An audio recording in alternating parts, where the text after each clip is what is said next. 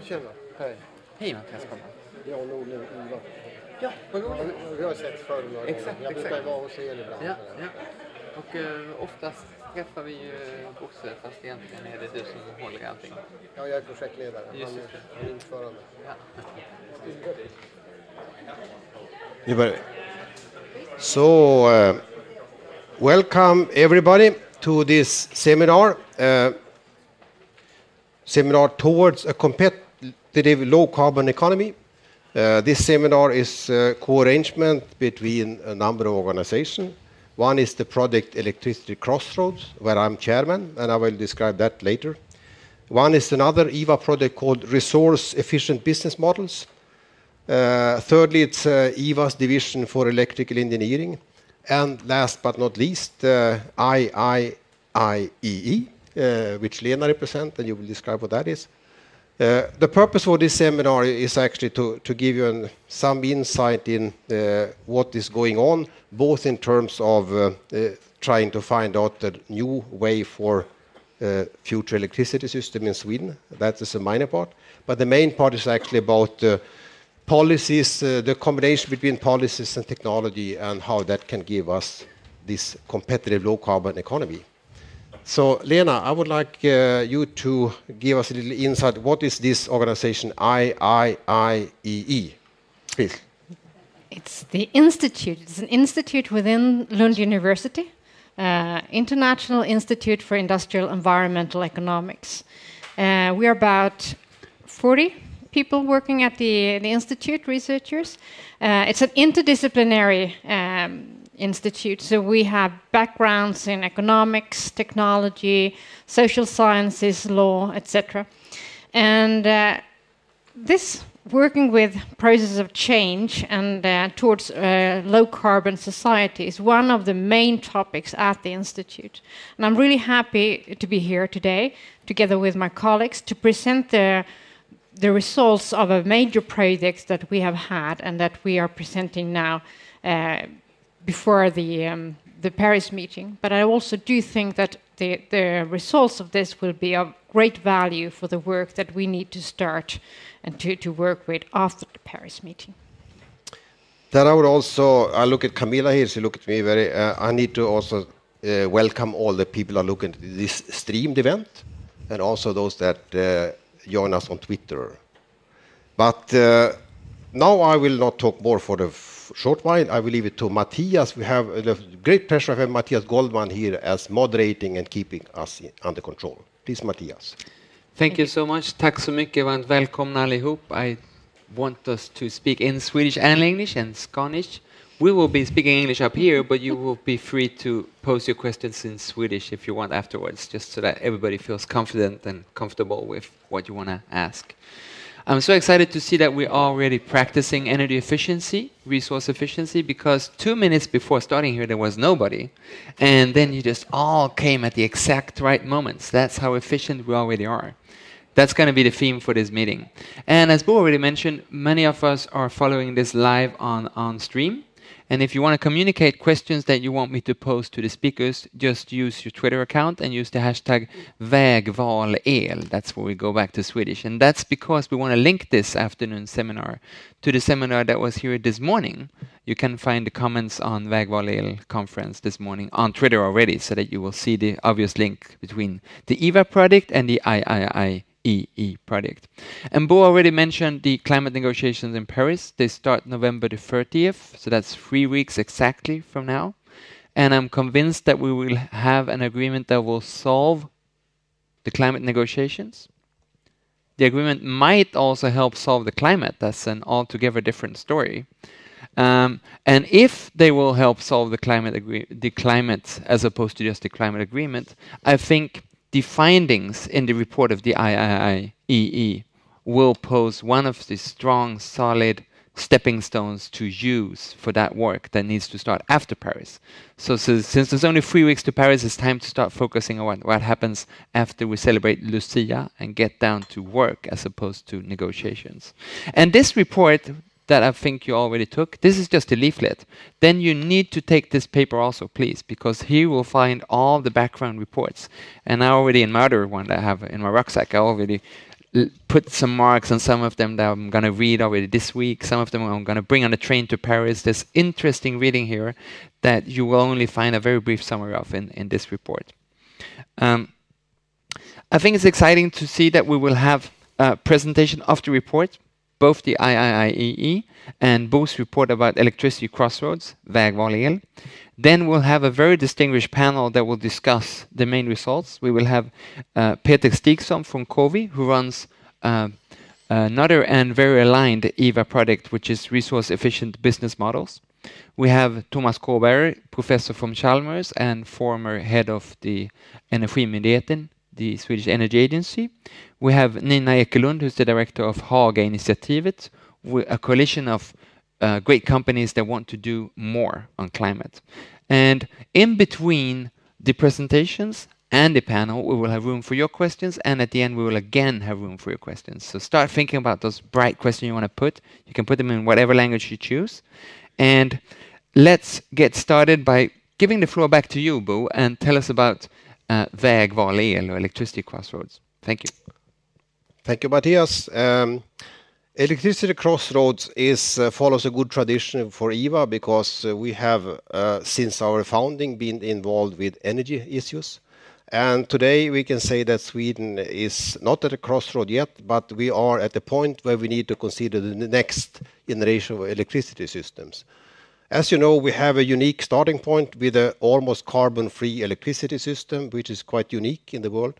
And that gives an extra, I would say, stress on us when we try to find out new solutions, because it cannot become worse. It should be as good, and that's a challenge in itself. So the project is looking at the Swedish electricity system beyond 2030.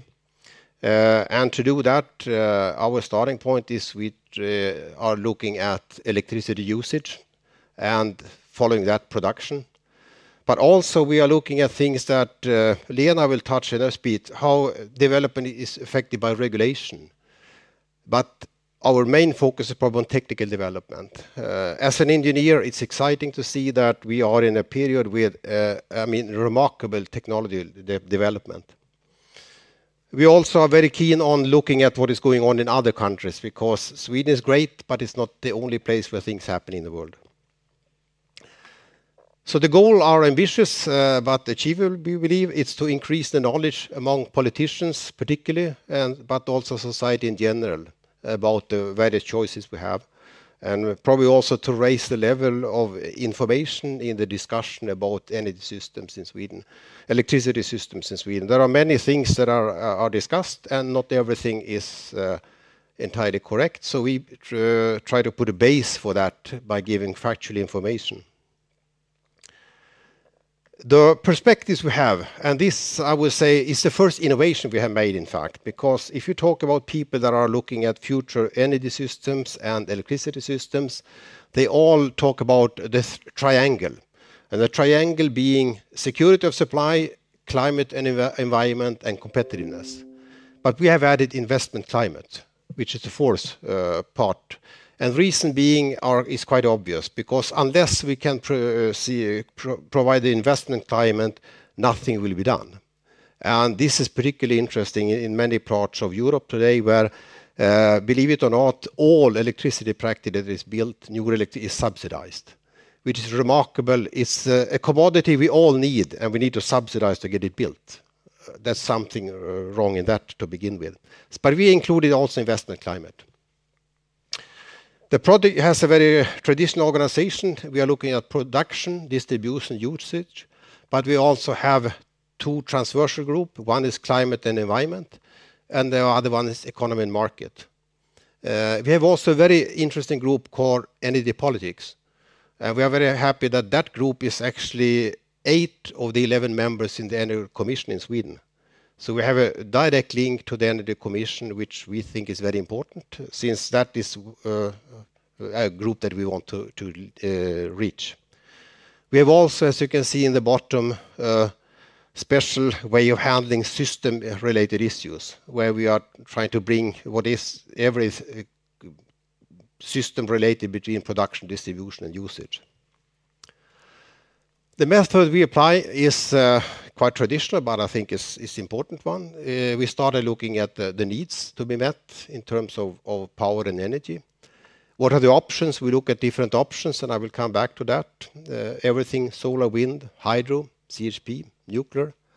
We are also looking at import-export, because it's not for granted that we should be self-sufficient in electricity, even though it has been the norm so far.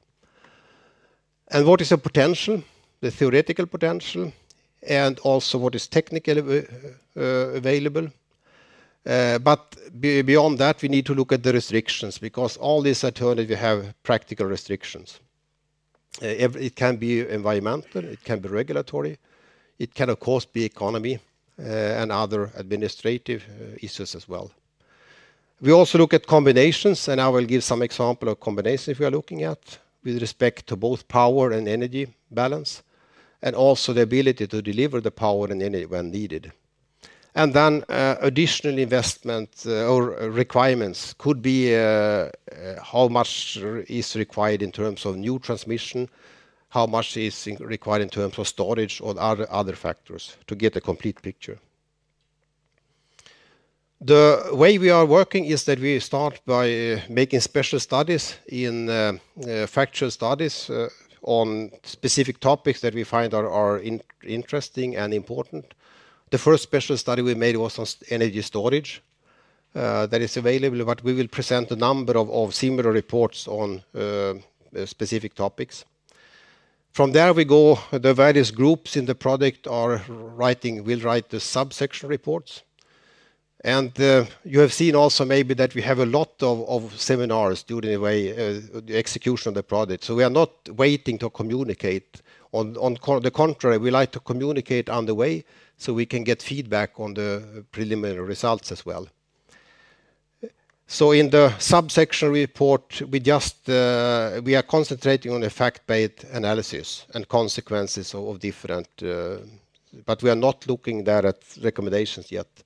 That will only come in the last report, the synthesis report, where we will put everything together. We will summarize the crossroads, and we will also recommend path to follow and consequences. So the final, the actual recommendations will come only in the synthesis report. The target group today is very clear, is the Government Energy Commission.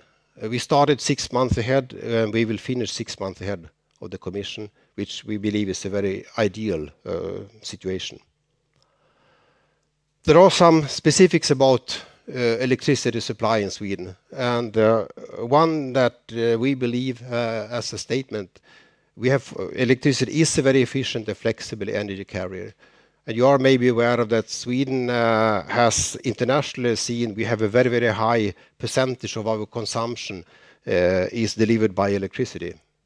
It's about 35% of final energy use comes from electricity, and that's very high.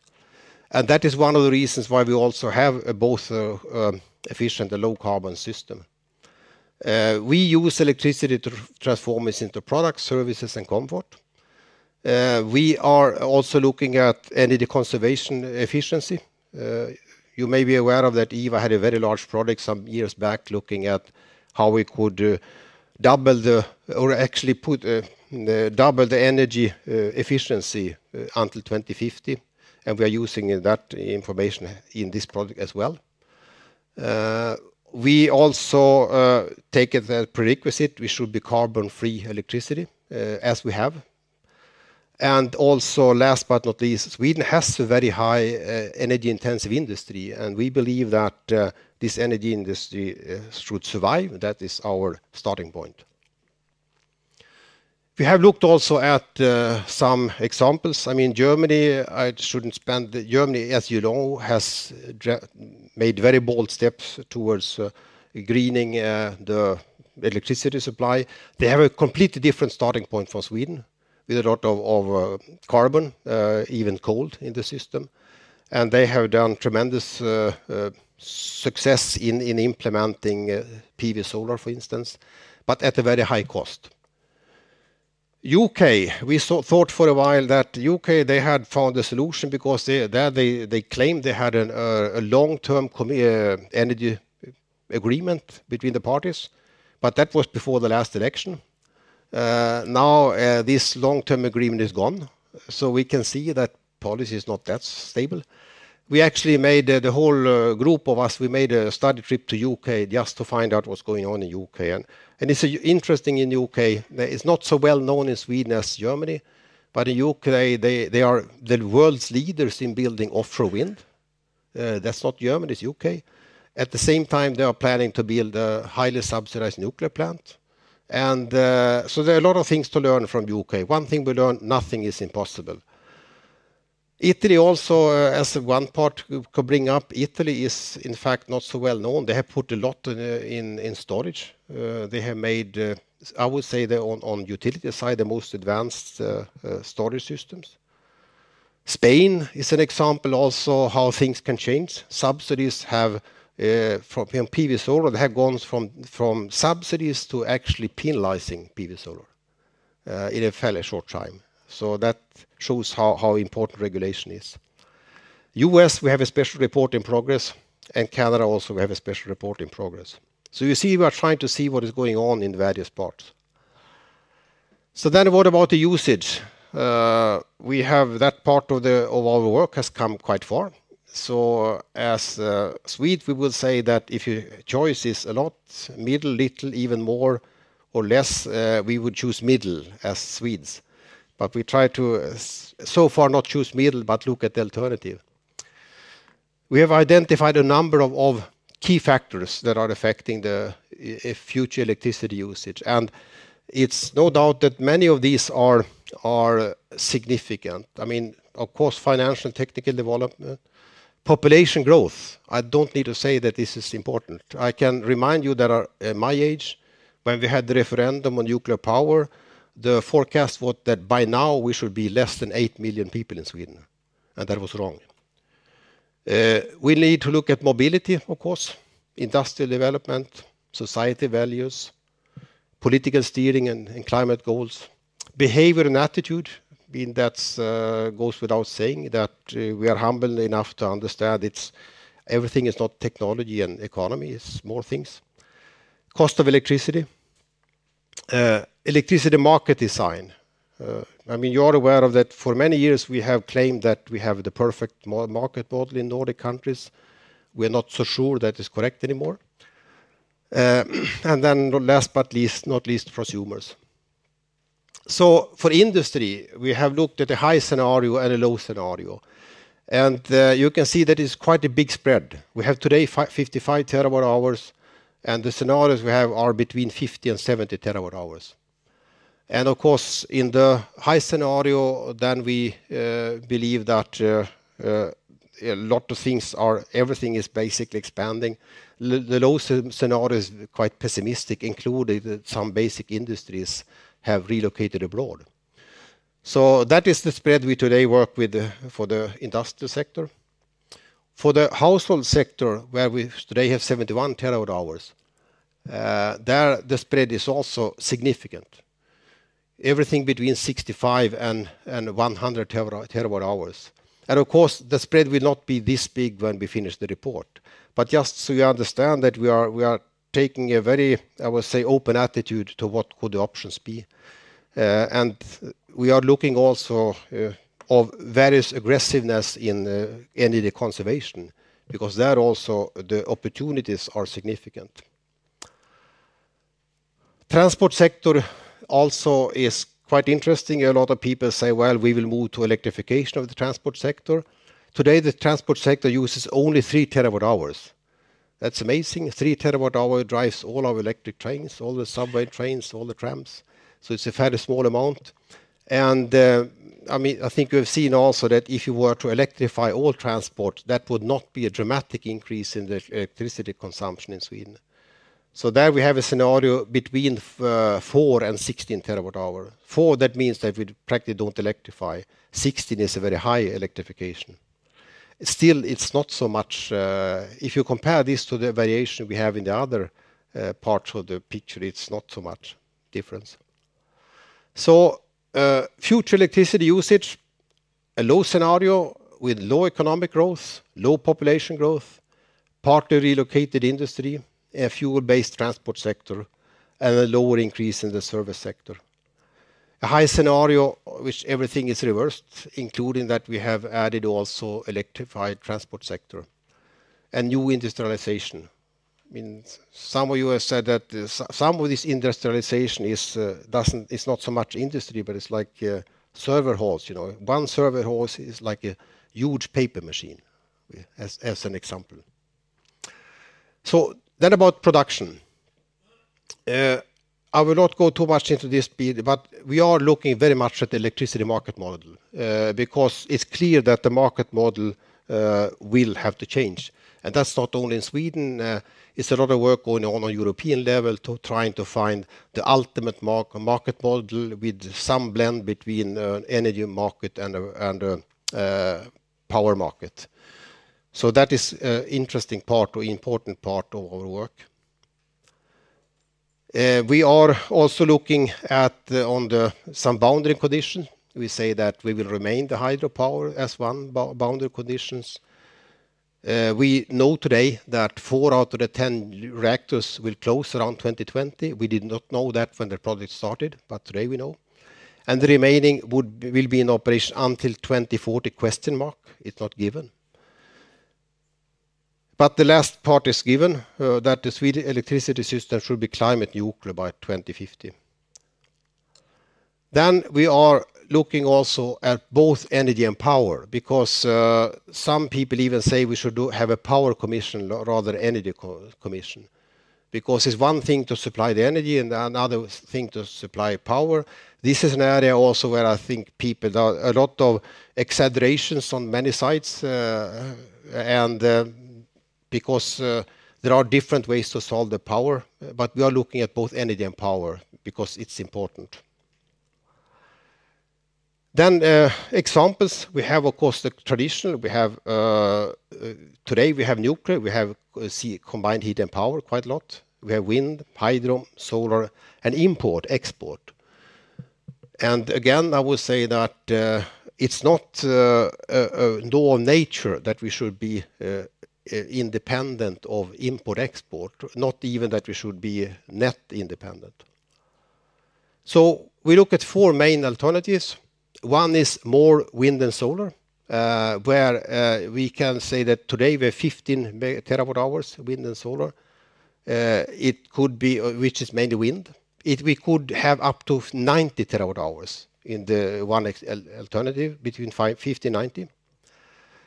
Bioenergy, today we have 15 terawatt hours electricity production, could be between 40 and 60.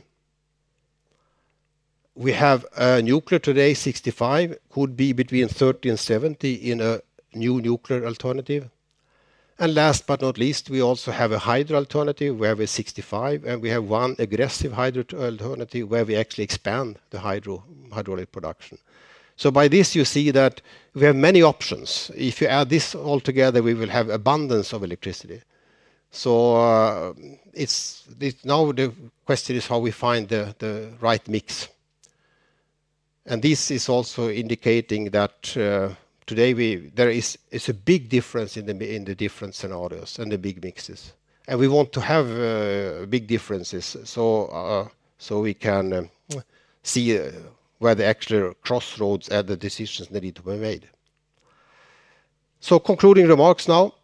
Basic conclusion is that electricity will continue to play an even bigger role in the future society.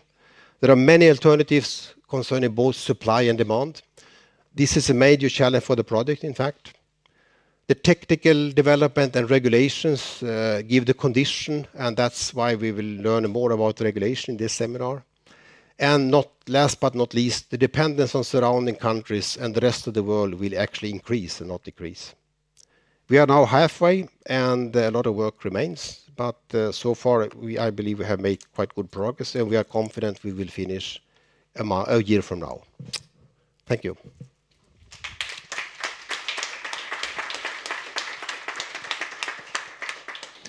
Thank you so much, Bo. I'm sure I'm not the only one who has a lot of questions for you, but we'll keep them a little bit. We get the presentations from the IIIEE, from Lena Ney and from Luis Mundaka, and then after that we'll bring them all 3 up here and we'll take our questions together. Thank you.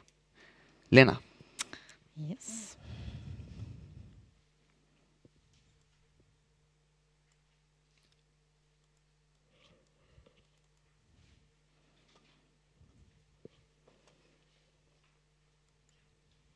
Oh, let's start from the beginning.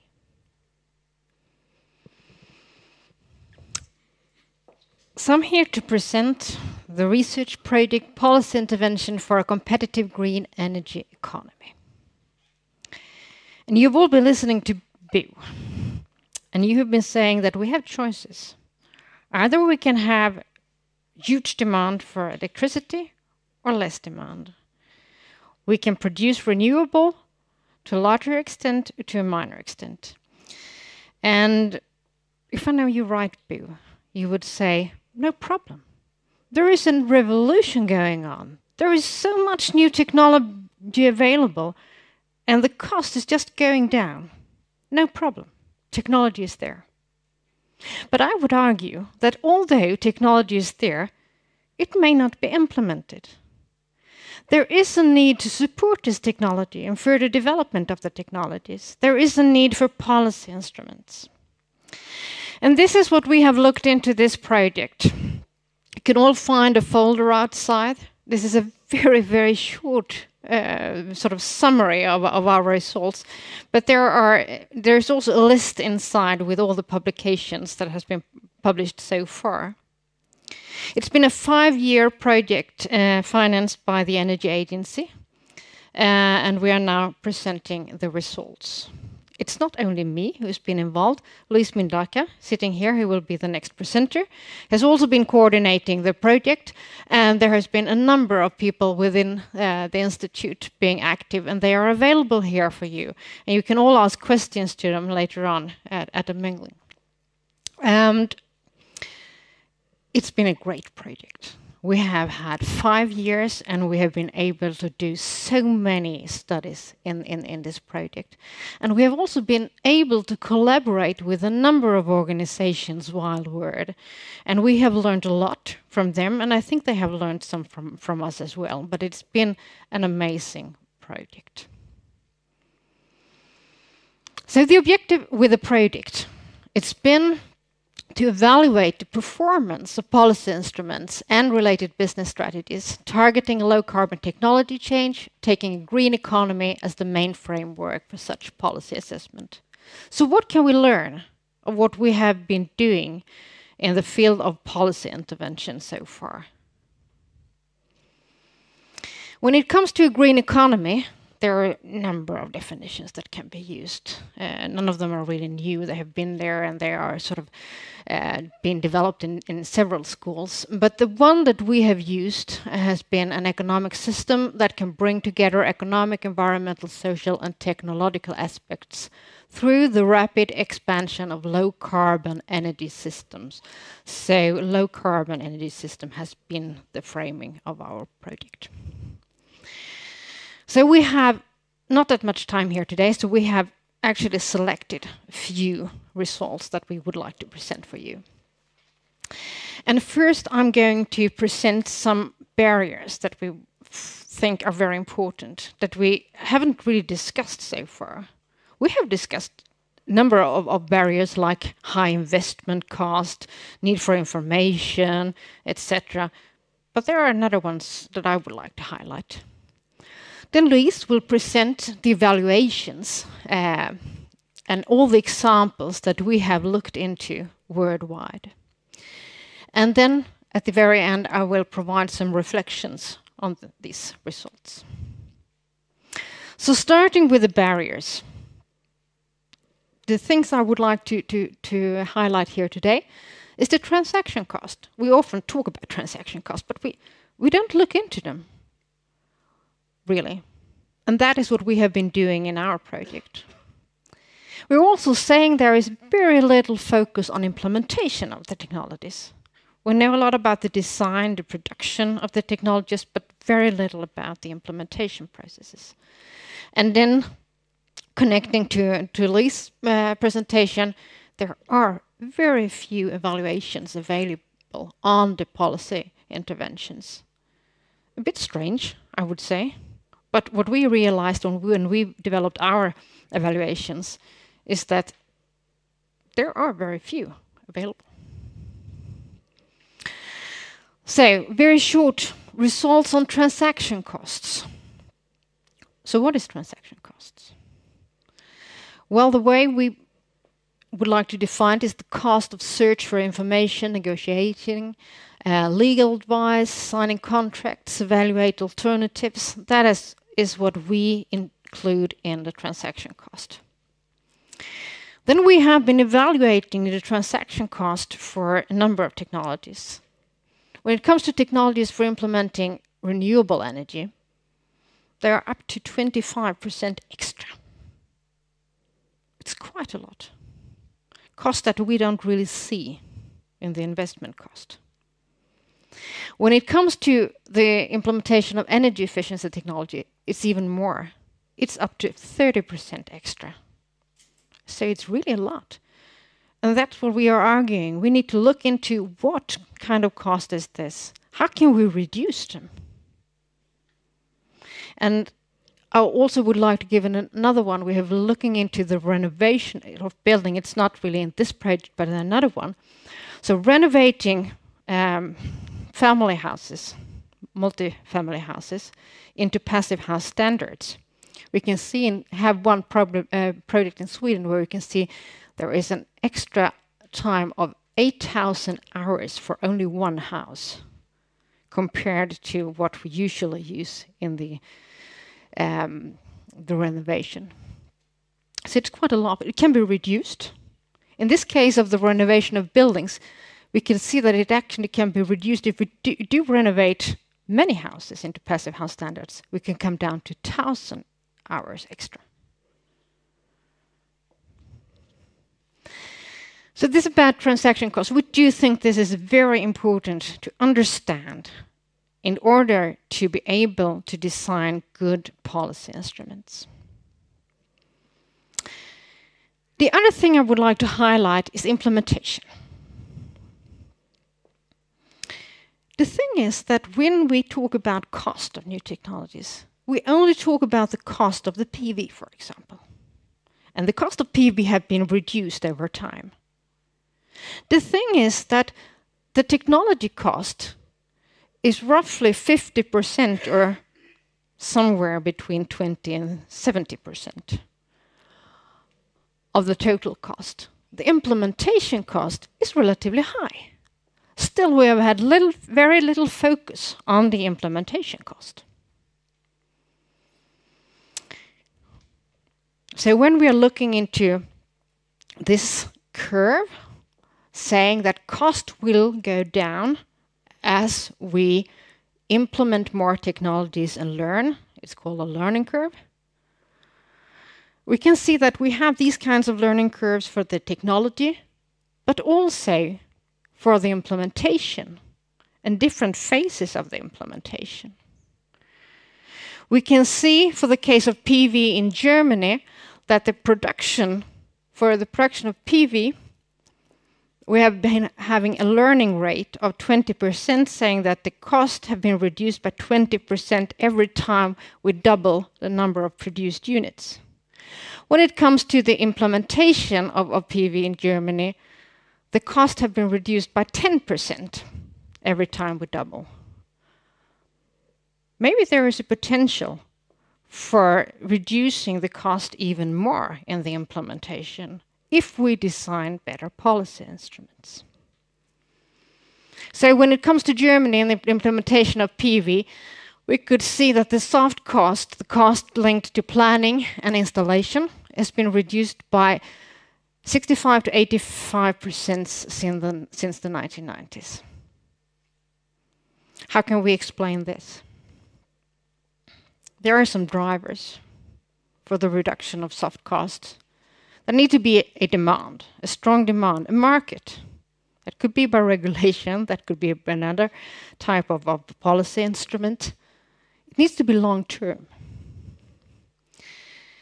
There needs to be, or in this case, it has been a lot of support for knowledge generation. That could be through information, good kinds of information available through networking, that you meet with other actors, through education. There need to be plenty of support in various ways. Competition is another factor. Streamlining of rules and legislation has been very important in Germany. Flexible and dynamic policy strategies that we can switch from one policy instrument to another depending on the sort of what's going on in the market, but also dynamic, like in Germany, where the financial incentives have been changed over time. So we need to have this flexible and dynamic thinking. If you would like to know more about these issues, you should talk to Lars Struppheit. He's sitting over there. He's the researcher behind this. Okay. Luis, please tell us more about the cases. Okay, thank you, Lena.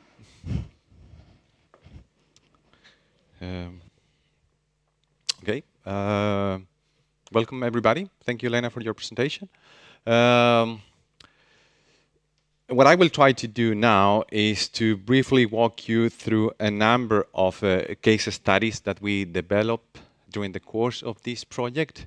As Lena mentioned, we have this concept of a green energy economy, green economy in particular, very important right after the financial crisis. As you perhaps remember, a number of stimulus packages were introduced, and the concept, the green economy concept, turned out to be very attractive. What was interesting from our project point of view was the fact that most of the stimulus packages were using low carbon technologies as the main source for provoking, for steering this transition. So taking the financial crisis, resulting green economic stimulus packages and the focus on low carbon technologies is that we started to search for potential case studies that could trigger some lights about whether this can work or not. So, in terms of definition, as Lena mentioned, yes, of course, there is no agreement regarding what we mean by a green energy economy. Nevertheless, there seems to be agreement, at least within the academia, that a green economy should at least focus on certain aspects, such as investment in natural capital, improvements in human well-being, creation of more jobs, so-called green jobs, increase energy efficiency, encouraging low-carbon technologies in general, both on the demand and the supply side, and obviously reducing CO2 emissions or greenhouse gas emissions in general. So these are the key aspects that guided our evaluation of different initiatives. Today, in this presentation, I would like to concentrate on these aspects: jobs, energy efficiency, the spread of low-carbon energy technologies, and policies associated to that, and whether we are making any progress towards the reduction of CO2 emissions. I'm afraid to say that my picture will not be very optimistic. I can tell you that immediately. There will be some hope that I will try to show at the very end. But looking at all of the different regions that we tackle, 8 different regions in total, all the way from Latin America to Asia, different countries, all the way from New Zealand and to Germany, the UK, and so forth, the picture actually looks a little bit pessimistic, to be honest, but very consistent with the reality. So, in terms of policies, let's start to look at first what kind of policy instruments. Well, the reality is that there are a number of policy instruments being implemented. This chart shows you that from an international point of view, at least one can recognize more than 1,600 different policy instruments addressing what we call a green energy economy, targeting low-carbon energy technologies in particular. One thing that can get immediately your attention is the very large share of economic instruments. By these, I mean economic instruments such as taxes, loans, subsidies, tradable permits, public procurement, and so forth. If we then have a little bit of a geographical resolution, you can see that economic instruments in regions such as Latin America dominate the portfolio of policy instruments there. Also in North America, if we look at certain industrialized regions. For sure, the largest proportion of economic instruments are emerging here in these 2 regions. As for OECD Europe, one could argue that there is a slightly more balance of policy portfolios, at least when it comes to the integration of regulation as such. If we then look at the adoption, when these policy instruments, once again to repeat myself, targeting a green energy economy were implemented, you can see immediately that across different regions, of course, the volume of instruments being adopted differed, but there is a peak, and that peak, not surprisingly, is around the financial crisis. Once again, as I said before, a number of policy instruments were introduced as a part of the stimulus packages in order to foster low-carbon energy technologies. After the financial crisis, the adoption of new policy instruments started to slow down, and in certain regions, such as the OECD North America, that pretty much stopped altogether. So, that is an overall picture that, yes, there are plenty of policy instruments out there, plenty of economic instruments in particular out there that are targeting all of these low-carbon energy technologies. The question is whether we can see any progress as such. We deployed a number of methods in order to empirically assess these initiatives. And when it comes to short-term effects, the reality that we identify is that that is not actually the case. A little bit correlates with the presentation given before by Bo, in which once our economic system is back on track, immediately energy use follows, CO2 emissions follows. So what we identify from a short-term point of view is that even though we introduce a number of stimulus packages addressing low-carbon technologies, there wasn't a strong correlation between them, between economic growth and CO2 emissions in particular. And these are trends for OECD Europe.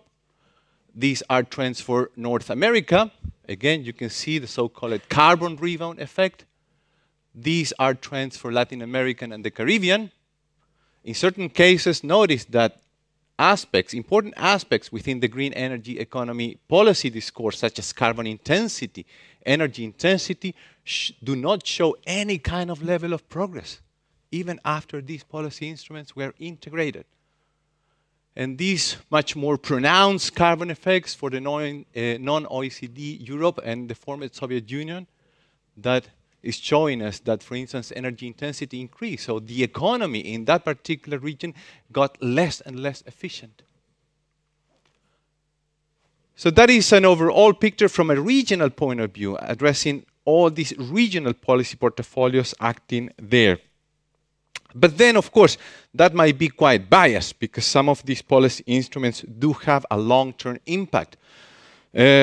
So following that logic, we ask ourselves, okay, what could have happened if these stimulus packages addressing low-carbon technologies would have been implemented not 5 years ago, but 10, 15, 20, 25, 30 years ago? What could have been the outcome? We implemented a number of econometric models and started to model current rates of carbon intensity, energy intensity, and looking at the potential outcomes in terms of CO2 emissions. And these are the results. The results are that for a region like Latin America and the Caribbean, yes, of course, at certain points in time, the empirical value correlates with the predicted value. In certain cases, it's a bit lower, it's a bit higher, but the trend is exactly the same. For OECD North America, relatively the same. For Oceania, relatively the same. For non-OECD Europe and the former Soviet Union, relatively the same.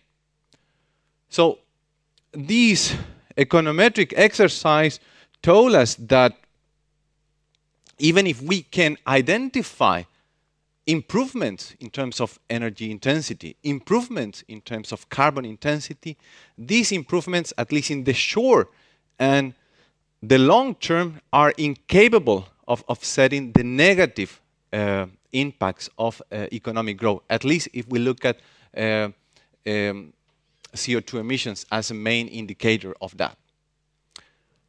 Following the logic of the project, then we started to ask ourselves, okay, but what might be the reasons behind these regional trends, either from a short-term point of view or from a long-term point of view? And here there might be some potential reasons. Of course, they're all open for discussion, but let me start with this.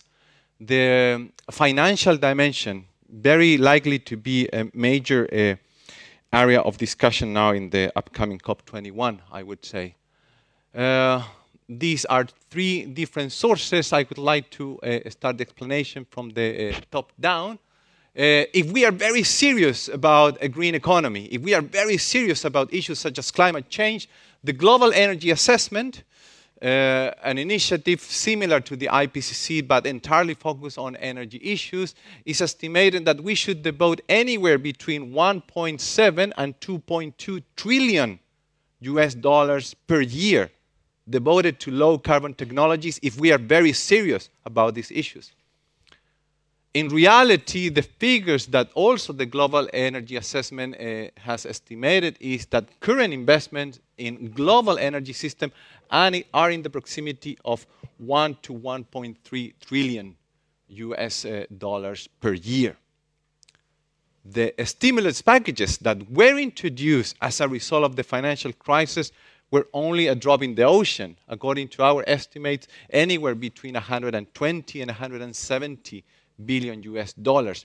So yes, one can argue that we haven't seen any progress because there is a financial aspect framing the situation. But there is also an issue of how do we allocate current financial resources into our energy systems.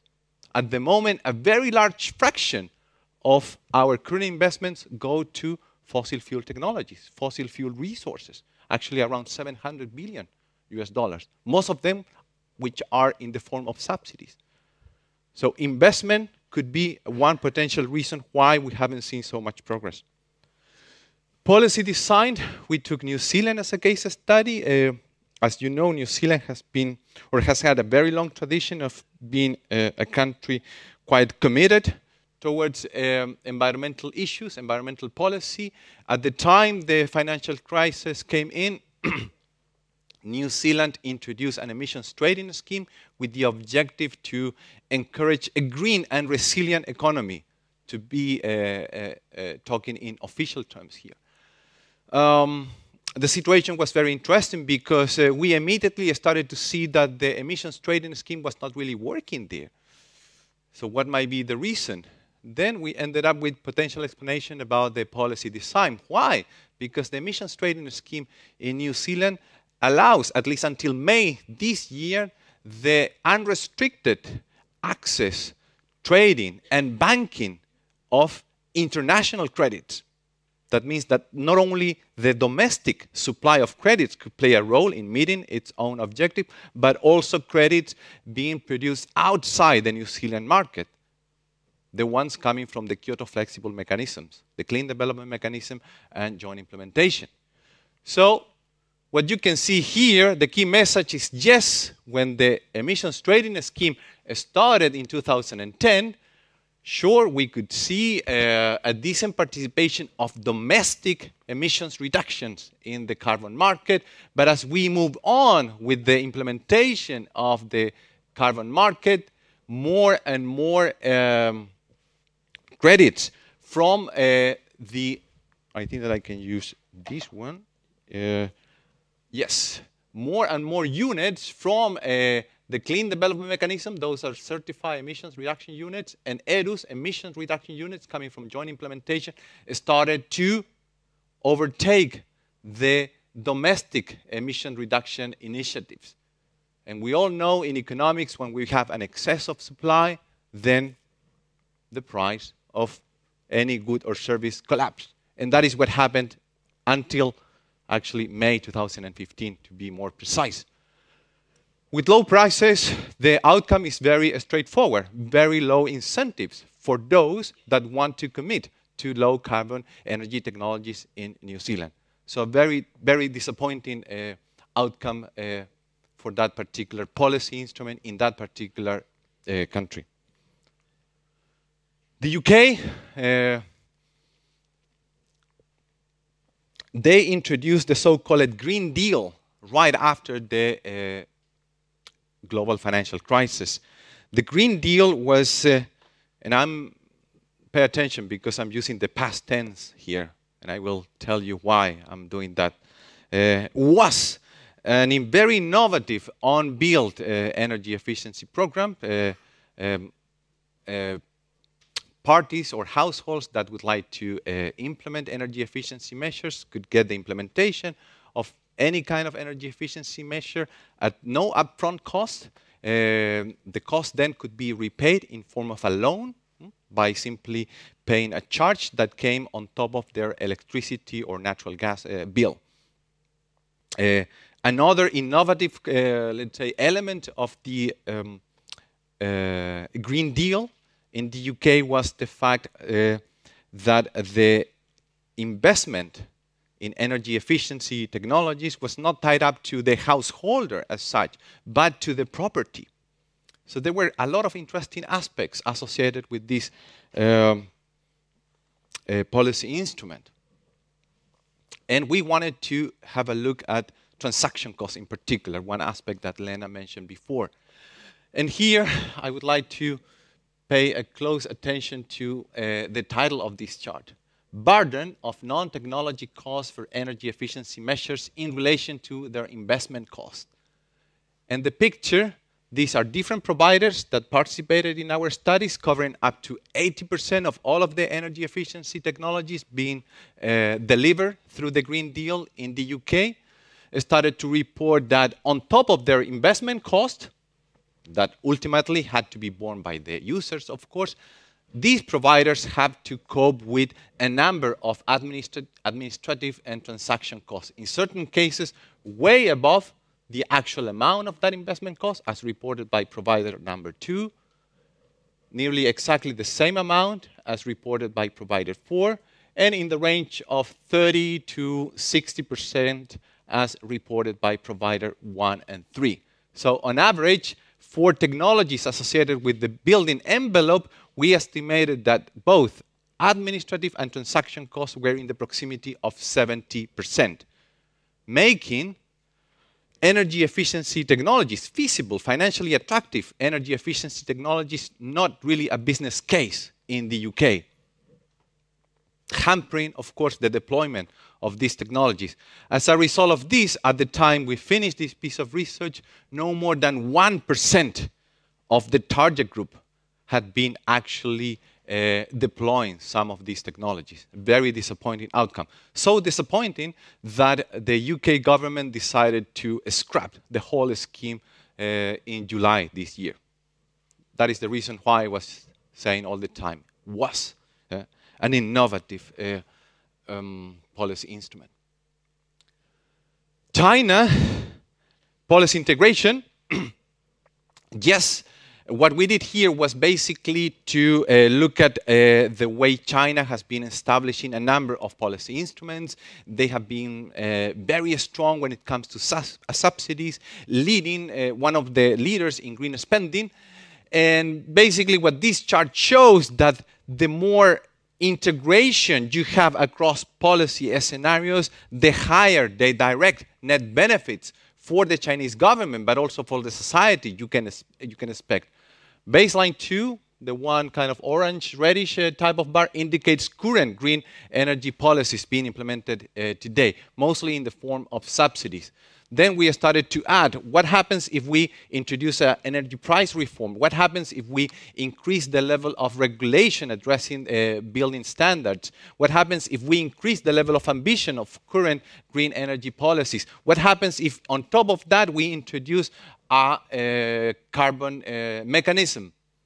Then the results of these modeling studies show us that the more integrated this policy package is, the higher the outcomes that can be expected.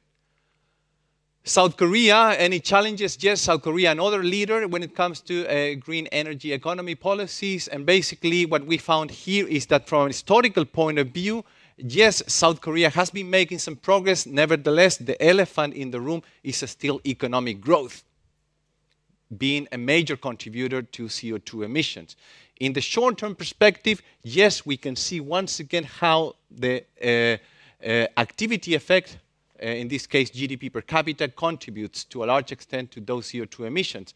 If they want to reach their 30% target reduction by 2020, this modeling exercise is telling us simply that they have to do a lot more when it comes to the decarbonization of their energy mix, and certainly the increase of demand, the increase of energy efficiency on their supply side. And finally, the US, I think that is showing some hope, because on top of all of these issues that I have mentioned here before, we also look at certain aspects such as the number of renewable energy patents, and finally the US, through the ARA, remember the American Recovery and Reinvestment Act being pushed by the Obama administration, started to show that on top of a number of positive results, one can expect major developments in the renewable energy market, including jobs. So, of all of the case studies that we reviewed, I think that the US, given the strong level of ambition, shows that it is possible to achieve some of these scenarios in order to provoke that transformation. But for that, ambition seems to be a critical aspect to do so. Thank you very much.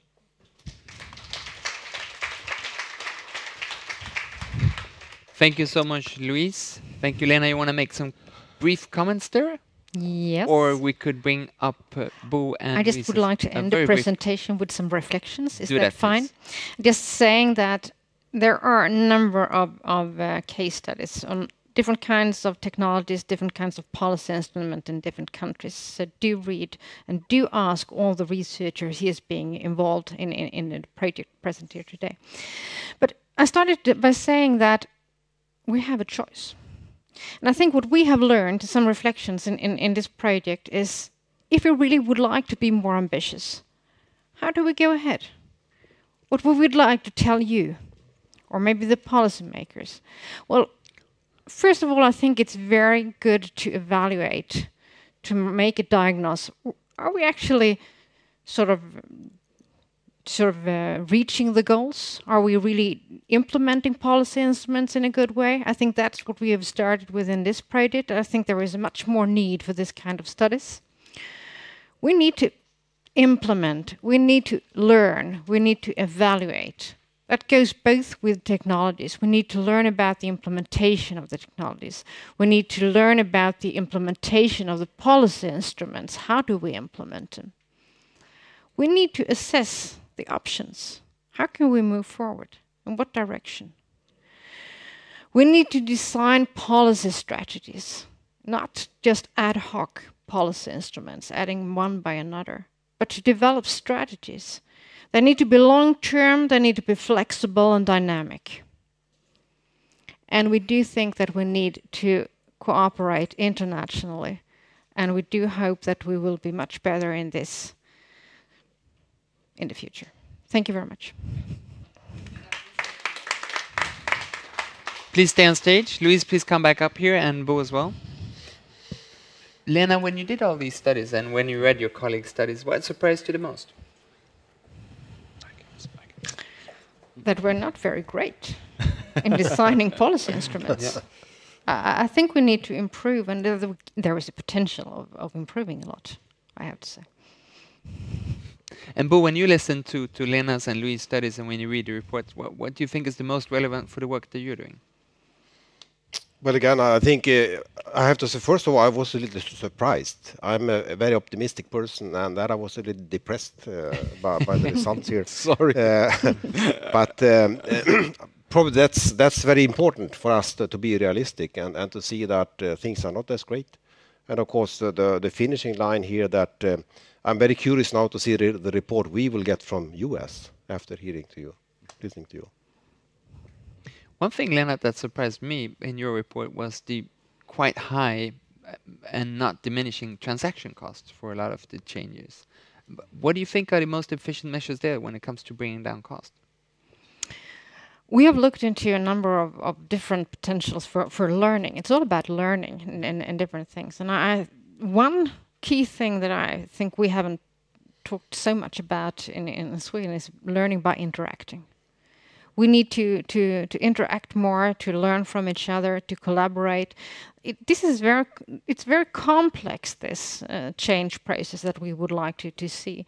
And what we have seen in case studies from Germany and from Switzerland, a lot of focus has been on networking, collaborating, so learning by interaction. That is what I would like to Best point case out. examples of that, what would that be?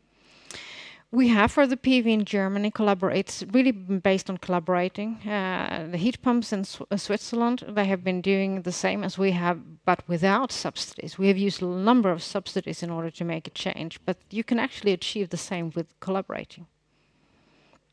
But speaking about collaboration, your target group, as you self-stated, is the Svenska Energikommissionen, the Government Energy Commission, which basically means that you think that this work is mainly national in its approach. Why do you think so?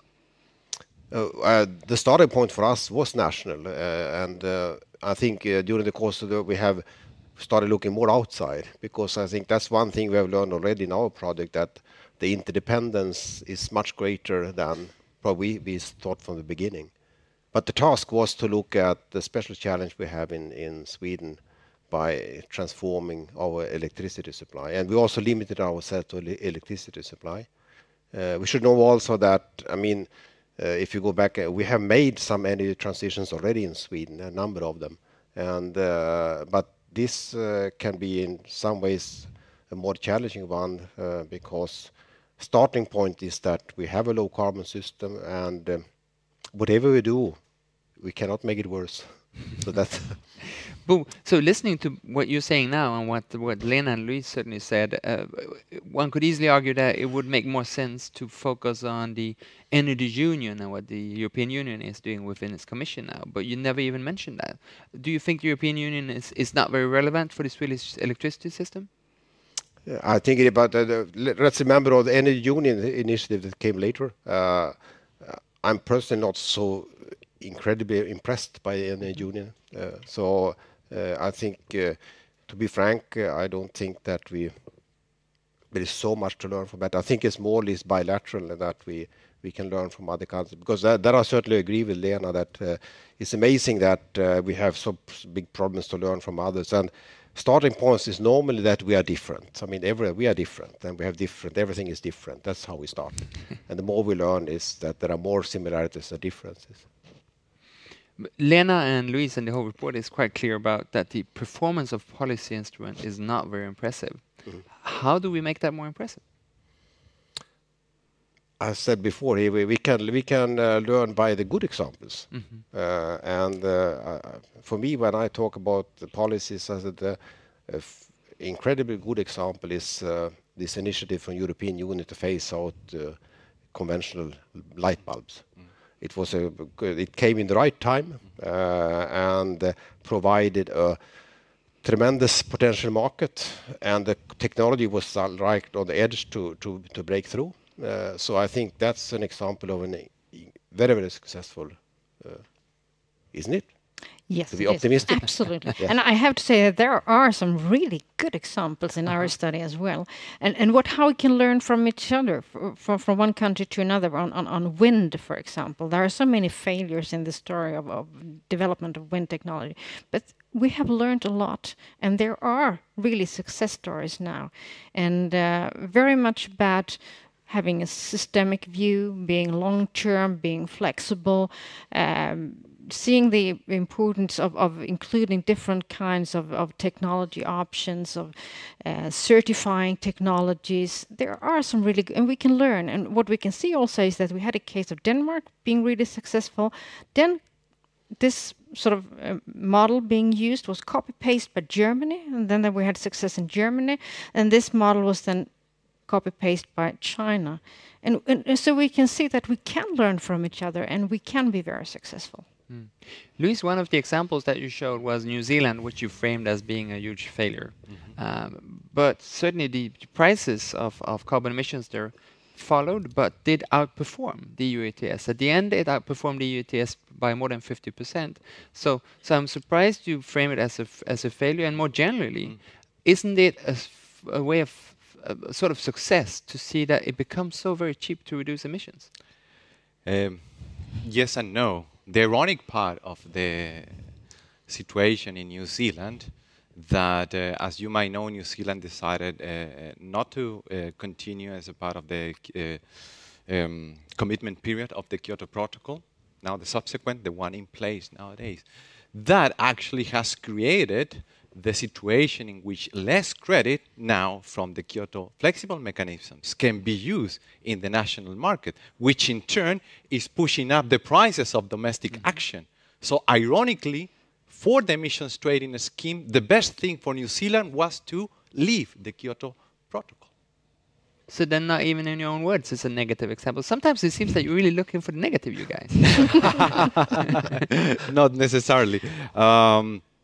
But the cut-off of emissions from the Kyoto credits finished now in May 2015. So from now onwards, only domestic emissions units will be valid in the New Zealand scheme. So from now onwards, one would expect those domestic units being traded and certainly having a higher price and therefore sending a better incentive for national emissions reduction initiatives. More generally speaking, you said, and it says so in your conclusions, that when the economy goes up, so does emissions, almost like a natural law. And you also said that those low carbon policies, they came around 2009. There was a huge increase in the low carbon policies, which you linked to the economic crisis. I would argue, and I hope I'm not 100% wrong, it's also linked to the Copenhagen climate talks in 2009. Because just prior to those talks, so many countries said, well, we need to bring something to the table. And I'm thinking that we see the same now just prior to Paris. So why do you single out the economic crisis as the only common denominator for all those strategies? I mean, there is a strong correlation between economic growth, the energy use that is needed to support or to fuel that economic growth, and resulting CO2 emissions. I mean, there is no other way around. In certain regions, there is a strong correlation, up to 99%, such as in Asia. I mean, China can be a remarkable example of that. So numbers do not lie in that respect. But do you see any correlation as well between the major climate meetings and an influx of policy measures? Yes, of course. I mean, the Copenhagen COP back in 2009, right? I mean, was a complete disaster. I think that it was rescued a year later in the Cancun Agreement in order to revitalize the pledge and review, which is now supposedly be materialized in Paris. But the key question is to what extent all of these intended, nationally determined contributions will live up the expectations. And at the moment, all of them seem to be erring on the number of reductions that we need in order to be consistent with the 2 Celsius degree mitigation scenario. Boo.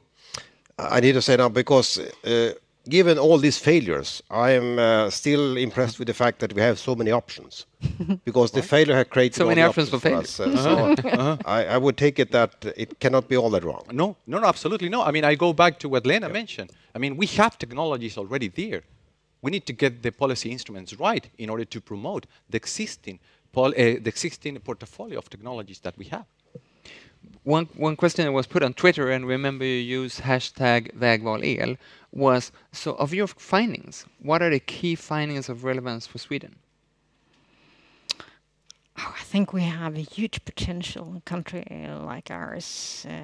I would say that one thing that we can see in our results, that we have all these policy instruments focusing on renewables, being all over the world, but very few on energy efficiency. And Sweden is a country where we have a lot of experience and that we actually could use, and it's just to use it. And why don't we do that? That is something that I bring with me from this study. We have the knowledge in this area. The other one is that I think we have to rethink about policy instruments, and we cannot just add another subsidy for 1 year and then another one for the next year. We really need to rethink what type of policy instruments are available. How can we sort of package them into nice strategic packages? How do we work? How do we evaluate them? How can we build a system that is more flexible and more dynamic, looking into and understanding the processes of change? These are two things I really would like to see Sweden to work much harder with.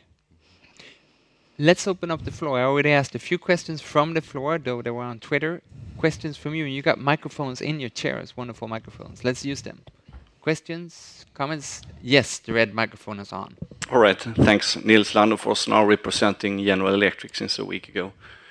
You mentioned feed-in tariffs on the continent, and I think the feed-in tariffs has not incentivized the supply chain to be cost-effective. And we can compare today that the green certificates here in Sweden have been much more successful keeping implementation costs down and also for the whole supply chain.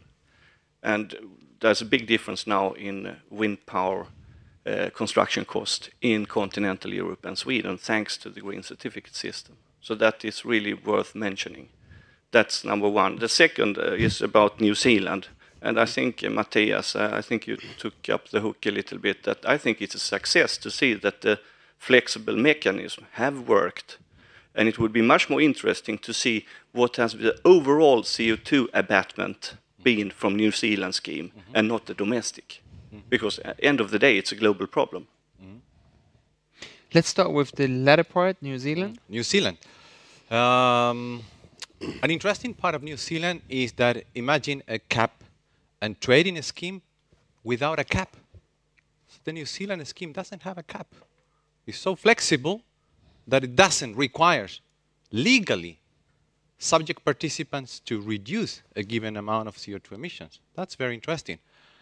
Second, New Zealand by no means is in the position to achieve the second commitment period of the Kyoto Protocol. They knew that already, even though under the presence of the emissions trading scheme, and precisely because they knew that they decided to walk away from the Kyoto negotiations.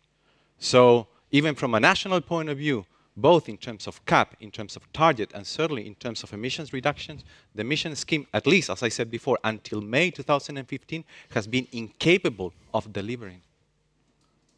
Those are the facts. Thank you. Bo, on the feed-in tariffs, is that something you're looking specifically at? No, what I made a comment there, I mean, without the feed-in tariff and without strong support in certain countries, there shouldn't be any wind power at all in Sweden today. That's my answer. Because, and remember also there's one link that we've been missing here, and that's it's about job creation. Denmark today has a wind industry that's bigger than the Swedish automotive industry. So there are more things to consider than just the pure cost of energy. And I think it's important to add to that there are two different kinds of policy instruments, sort of that you can use in sort of the feed-in, really being sort of supporting the development of new innovative technologies, while the Swedish system is more focusing on technologies on the market already. So it's not the same, and you cannot compare them. And of course, a feed-in tariff is that a government will promise you, for instance, a few öre per kilowatt hours of a certain sort of electricity that you bring in. Perhaps more for solar than for wind, and more than that, and less than that for biomass. Just so that we're all on the same page here. Yes. Press.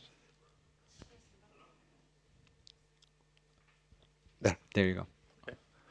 Daniel Torstensson, do you have any good examples on models how to safeguard the consumers, that the money from the policy instruments really go into investment and not to excessive profits? Do you want any of you want to limit the profits of energy companies? I don't think they have too much profits right now, so it's more of an academic question. I'm not sure. Can you? That's a wonderful discussion precise? for the cocktail in less than 45 minutes. Next question. Yes. Hi, Caroline Westblom is my name. Matthias Goldman, you already covered my two questions, but I will. Oh, I'm so sorry. But I will fish a little bit deeper, and I would like to still hear Louis reflect a little bit upon what you brought up, which is the relationship with the COP conferences, which is also the subtitle of today. Because my first reflection was also the relationship, of course, to COP15 when I saw the graph. And what is the relationship to the boom and then the crash? Because COP crashed and so did the policy instruments. So I would like to fish for a little bit of a reflection upon the upcoming COP in Paris and the outcome, and what will we see? Because this COP is very different to what we had in Copenhagen. You already mentioned we have the INDCs, now it's very different. Just a short reflection on the outcome and what we might see in terms of new policy instruments. Thank you. And since we have Paris in the background, let's hear it from all three of you, starting with Louise. Wow. We can have an entire session just dedicated for that. A few reflections. What I would expect, if I can take these in terms of bullet points, first of all, that all of these pledges, how we can turn it into a coherent and legally binding agreement. I have some questions marked there, but I would expect that that is something that will come along the lines. Then I would expect also a much stronger review process with very strong penalties for non-compliance. But the moment we expect something very high in that particular area, then we would expect the political feasibility of any international agreement being very, very low to be ratified at the national level. So we would expect a little bit of a trade-off in that respect. Finance is going to be a major issue. I think that even during our research, and despite the fact that most of these green energy economy stimulus packages resulted from the financial crisis, there was very little discussions about not the way resources are being introduced, are being pumped into the energy system, but how existing resources need to be further allocated. So aligning the financial system with climate development goals seems to be also an interesting issue in the COP. And then finally, that there is still a huge discrepancy between regions. I mean, we have regions such as the OECD Europe that have, of course, a greater policy frameworks, relatively speaking, greater capacity, relatively speaking, greater financial resources, relatively speaking, but also relatively lower potentials for reducing CO2 emissions compared to regions such as Africa, such as Latin America, that in contrast offer relatively lower policy frameworks, relatively lower capacity building, have relatively lower financial resources. So this regional discrepancy should also be somehow discussed now during the COP21. Thank you. That's a very short summary. Yes, thank you both. Bo? No, I don't have any specific comment on it. When you look at Paris? I look on Paris. I think Paris is necessary. It's all about coming together and to meet. And I'm not so sure that Copenhagen was a disaster. In a way it was, but we need to come together and we need to talk. And actually, at the conference in Copenhagen, we had new actors, the cities, coming into the negotiations. And I think we have to be more positive sometimes and to think about sort of how that we are making steps all the way. But I think what is most important is not the Paris meeting. It's what we're doing after the Paris meeting. Great. And that concludes this panel. Let's have our next panel after giving them a round of applause. Thank you so much. Thank you. So now let's bring three experts on board. We have Professor Thomas Kåberger, we have Peter Stigson, and we have Nina Ekelund. Please join us.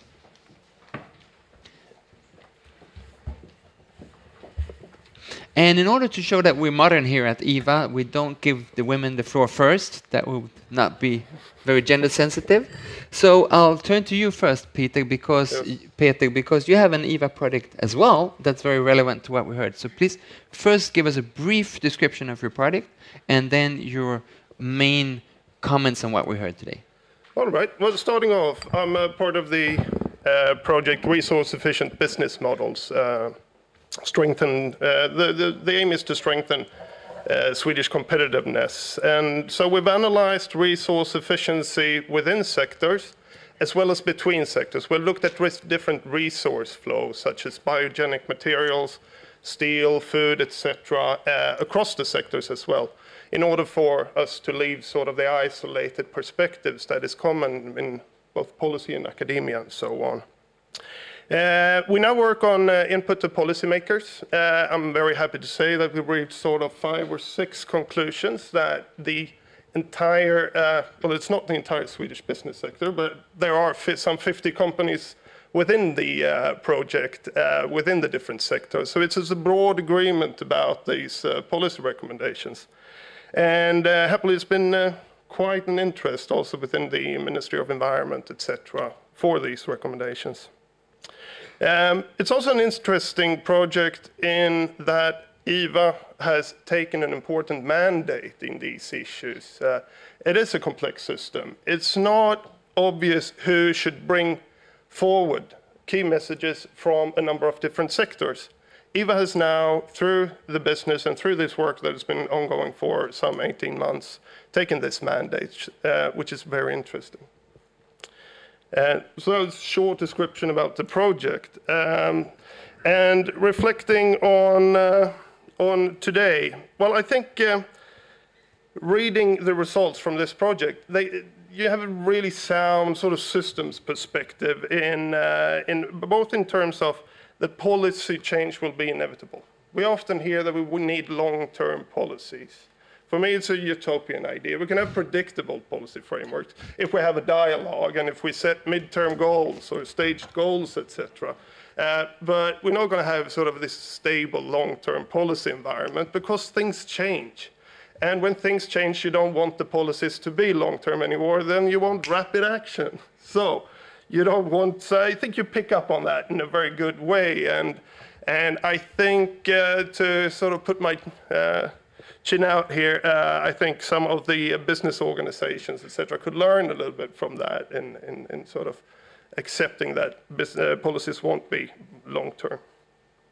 I think I'll stop there. Thank you so much. Nina, you're the director of Haga-initiativet, and incredible as that may be, I still sometimes, like once a month, still meet people who don't really know what Haga-initiativet is. Oh, are you serious? Yeah, but only once a month.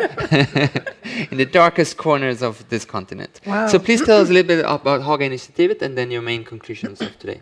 Short, it's 14 companies from different sectors. The vision is a profitable business without climate impact. So that's in short. So, and then I could comment on the report? Please. Yes, perfect.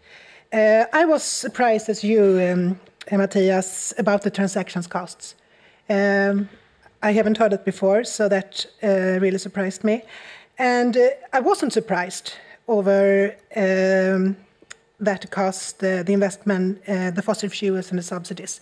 It's a huge problem, and you emphasized it. When you said, Lena, we need to improve, we're not that great, good. Because I think that shows that there is possibilities. Because we haven't done enough, and there's more for us to do. So I think that's positive. You also talked about it's happening a lot in cities and in proactive companies. You didn't mention companies so much, but cities. And I think we can see a big movement raising up towards COP21 right now. You also mentioned cooperation as a key. And I think that is so important, and it's good that you emphasized it. You also mentioned flexible system, as you mentioned, and long-term versus flexibility. I think you have a point there. It's good if it's predictable, and predictable can also be in some way long-term. So because you know what will happen. So I think that was it was an interesting report and interesting to hear what you said. Thank you. Thank you so much. Thomas Kåberg. Thank you. The 19th century German military Bismarck is supposed to have said that some people say they learn from their mistakes. I prefer to learn from those of others. And I think that is one good reason to thank Lena and Louise for the study they've done, because I think we should, and more people should, learn from the policy experience of other countries instead of designing everything by themselves, sometimes repeating old mistakes. The other important contribution, I think, is the emphasis on local learning. The global industrial development can be run by other countries, but when it comes to the cost decreases, cost reductions of more efficient institution legislation and industrial installation experience and so on. We need to go through that learning process locally, and that can be done successfully. I've just written on the South African experience, where they reduced the cost of solar electricity by almost into a quarter in 4 years, and wind was cut in half in a few years. But I think there are some other things that we should consider now. We are focusing on the Paris meeting, which is a meeting to deal with climate change. But when it comes to most of the development in renewable energy technology at the moment, the global development is no longer driven by climate change. It's driven by industrial competitiveness. If you discuss renewable energy in China, or if you discuss renewable energy in the United States, it is not a matter of climate change or climate protection.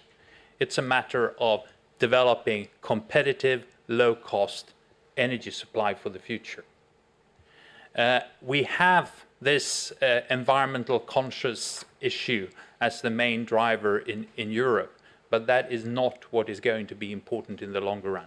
I think some of your time series ended in 2011 and so on. If you look at what has happened since 2011, the cost decreases had continued in a dramatic way, and solar and wind energy is now the least cost electricity option in many parts of the world. And it's important to catch this development and to take a leading position in the implementation now, not for climate protection reasons, but for the reason of industrial competitiveness. And the policy instruments, as you evaluated them, seem to be mainly on climate protection and implementation. But it may be quite important also to look at, which was discussed when it comes to feed-in tariffs, for example, how the policy instrument supports local industrial development. Maybe not only implementation, but as Bo pointed out, the Danish wind power industry is now larger than the Swedish automotive industry. Those issues will also be important. And there we have not been very clever in Sweden. The German policy makers were extremely clever in managing to develop a German wind power industry after the Danes had done so. One of my colleagues at Chalmers did some research on how the Germans managed to accommodate European state aid laws and still develop a domestic wind power industry after the Danish industry was already the most competitive in the world. They were extremely clever. It was very difficult, but they did succeed. So I think we should give some attention to that as well. Thank you. Thank you. Thank you so much, Thomas. Well, now, Thomas already said that Paris is not terribly relevant to the findings of this report, but my question is to you, is this report and the findings relevant to Paris? Peter. Well, absolutely. I would hate to stand here and say no. No, I think absolutely it is. And I think one of the other points I pick up in the report is when you mention it's in here, policy experimentation. No, that's the wrong one. Policy strategies need to be designed to cover more than the traditional scope. And I think that is also very true. And coming from a resource efficiency project, that's very important to us. I mean, what you say Paris is about climate. Yes, it's about climate. But it's also about what drives climate and its resource use, etc. We heard about the 99% link between economic development and emissions of carbon dioxide, etc. So it is very relevant, and I think one needs to broaden, as you say here, the traditional scope and have the acknowledgement that a climate strategy is not sustainable. An energy strategy is not sustainable until it's put into other perspectives, in a broad systems perspective. Will there be enough water to supply the bioenergy? Will there be enough land? Where is the competition over resources, etc.? Nina? You talked about the benefits of the green economy, creates more jobs, increases energy efficiency, etc. And I was thinking on a report from the Haga Initiative 1 year ago, we came with it, and it's not rocket science, but ambitious targets stimulate innovation and product development. Climate measure often is profitable. It's brand strengthening. It improves risk management, etc., etc. And we have all the facts, we have all the information, but still we don't exceed. So of course this report is very important for the COP21. I don't know if you tried to mention or mentioned the report from Handelshögskolan, the Internationella Handelshögskolan, International School of Business. Anyway, it's ranked, and Denmark became #1 in reacting research into goods and services when it comes to kommersialisera in English anyway. So you understand, and use it to green tech. And Sweden is not so good as Denmark. As fact, Denmark has twice as high index as Sweden. So we dropped from the 10th place to the 18th. That's not very good.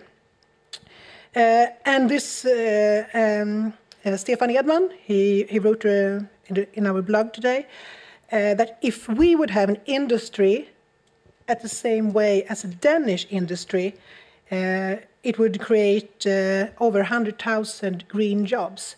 So there is a big improvement. So we do need to discuss this a lot, because there are so many possibilities that we don't talk about, and we think we are really good, but we can improve.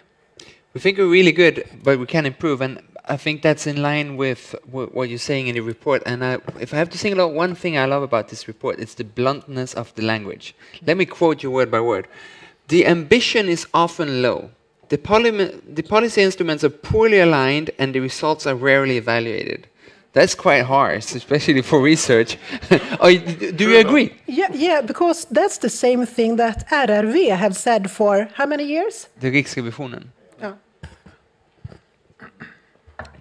Thomas, do you agree? And that's partially your fault, because you used to be the director of the Swedish Energy Agency.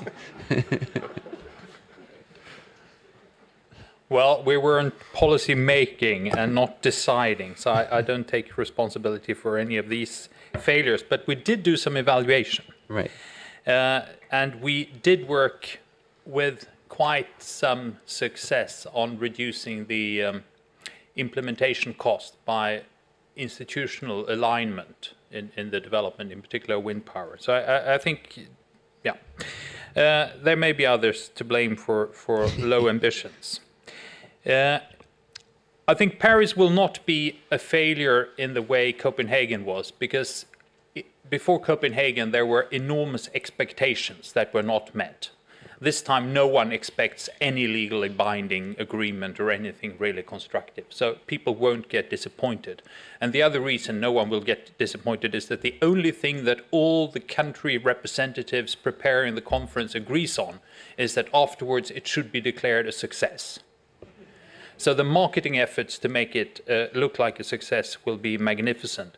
But I think the success in the longer run is more guaranteed or more made possible by the industrial development, in particular in the energy field. Let me bring this low ambitions back home to Sweden. Because in Sweden we have a target since a few years back of a fossil-independent transport sector, which we work a lot with at Forest. And since a few months back we have the target of one of the world's first fossil-free welfare nations. If you can explain that, what it exactly means, I'll give you a drink afterwards. But even though we don't know exactly perhaps what it means, it does strike me as ambitious. And do you see, what is Sweden's role here? Should we be ambitious, and how precise do these targets need to be in order to create momentum? Nina? We Haga Initiative, and I see AP4 sitting over there also, Mats Andersson, and several other companies signed the suggestion, fossil fuel free Sweden, and it's no, and I said in media that it's no target. you have to have a percent, what you mean, until 2030, until 2050, or what I think it's very important. So that's what Miljömålsberedningen, sorry for my old Swedish, you probably get it. You can translate it other else. Miljömålsberedningen is trying to figure out targets for Sweden until 2030, 2040, and 2050. So I think that is important, because just saying fossil fuel free. But for us in the Hague Initiative, we have a target and that we would like to see. And I think it's very important that the government also try to be clear on that point. And your target as Haga Initiative? Near zero until 2030. Wow. Peter? And I just have to tell you, it's looking at the fossil fuel-free transport, as you mentioned. Only by that sector, you come until 80%, I think, by the measures in that one. Sure, we should be ambitious. I mean, obviously, but we need to have a better idea about why we are ambitious. I think Sweden is really good at just proclaiming these goals without necessarily have a common view and a preceding dialogue about what way do we actually want in sort of the process of pursuing this goal. So I think they should be preceded by a better participatory process, and I also think they should better acknowledge what are the effects outside of Sweden if we set these goals. We are part of the world. We have businesses that have sometimes, 3-4% of their operations in Sweden, etc. What are we actually doing outside of Sweden in setting these goals? But, of course, we should be ambitious.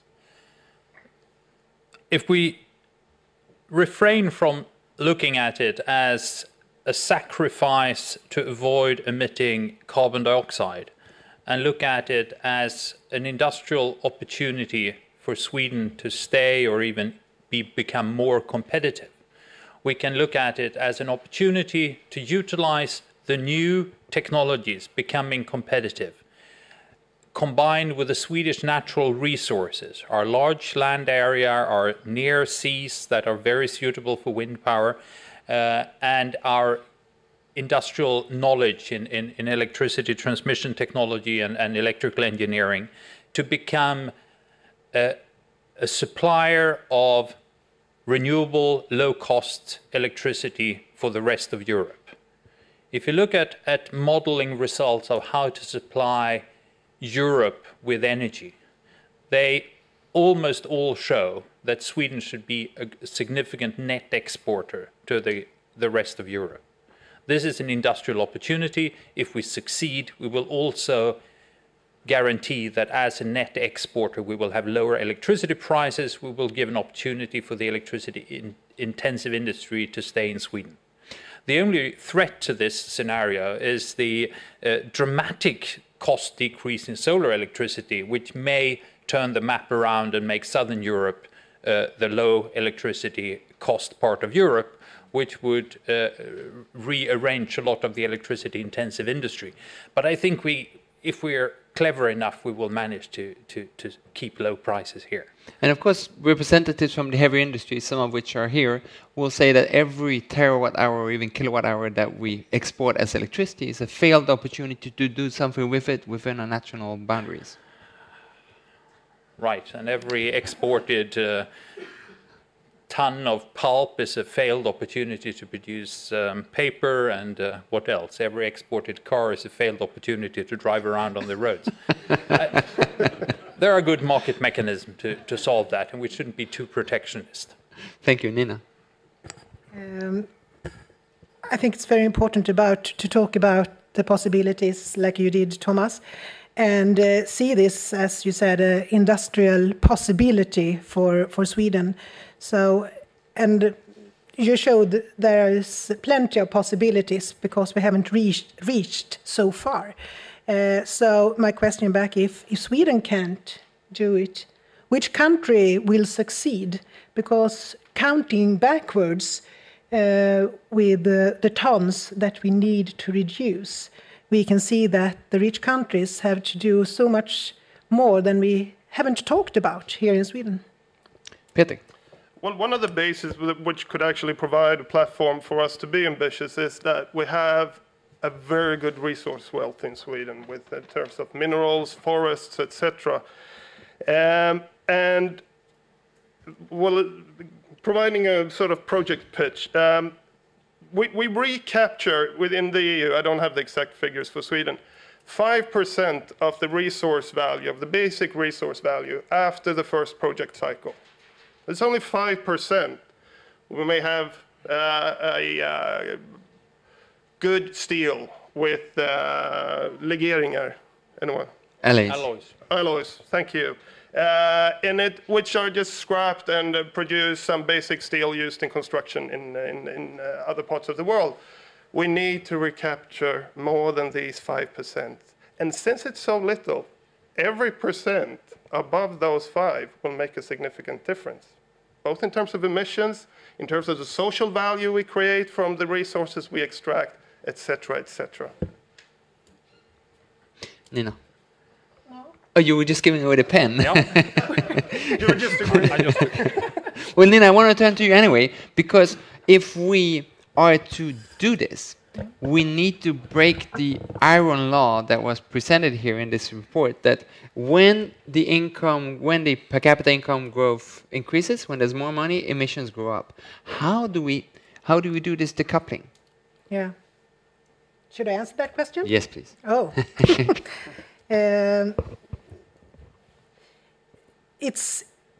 We can see on a national level that we managed, but then we can see that when we get more income, we go to Thailand or we buy more clothes, etc. And that is a problem. And I saw the headline on Svenska Dagbladet, Anders Wijkman was saying we have to consume less or consume different. And that comes down to values. That's one thing. It also comes down to incentives, economic incentives. And changed behavior together with values and economic incentives, and where policy is so important to help us both change values with help of the economic incentives, I think. And when it comes to behavior, both Bo's presentation and Lena's presentation emphasize the importance of behavior and understanding behavior better, so that economic incentives are not enough and regulation is not enough. We also need to understand, so how do we interact with that? Thomas, when you've been working first at the Energy Agency and then in other projects to make this switch, how important is behavior? I think behavior and attitude is important, and the sort of rules of thumb that we use when taking decisions that are now often obsolete in the energy area, they are important to get rid of.